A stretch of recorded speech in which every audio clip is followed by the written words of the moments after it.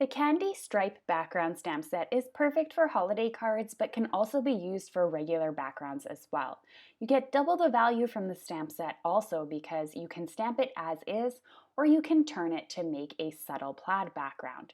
Let's see what this looks like with some holiday colors. So I've inked up the background using cranberry, and this is the way to a single usage. So it should remind you a little bit of a candy cane, but of course it could just be stripes on a regular day. It doesn't have to be used for holiday cards.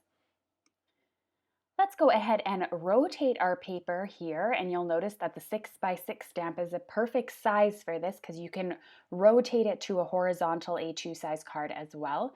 I'm going to ink up using the cranberry ink again, or of course you can substitute a different color if you want to try something different.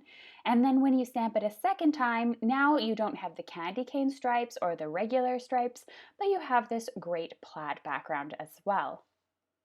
If you're looking for a slightly more subtle look, of course you can do it on the same color background as the ink you're stamping with. So I've stamped cranberry ink on top of some cranberry cardstock. This adds a little bit of interest to my background. And again, you could go ahead and stamp this a second time by turning your cardstock and get a really great plaid background. So the possibilities here, whether holiday or not, are really endless because you could just keep switching up your ink color and create lots of really great backgrounds.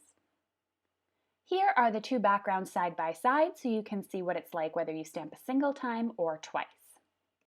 Stamping using some evergreen ink, for example, will also get you a really great holiday card.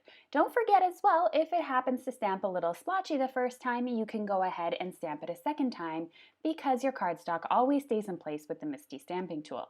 You can get an even darker background by stamping it more than once, and you'll get this really rich green color. This is a really great stamp because it can coordinate with so many of your stamps and dies in your stash. The possibilities are endless.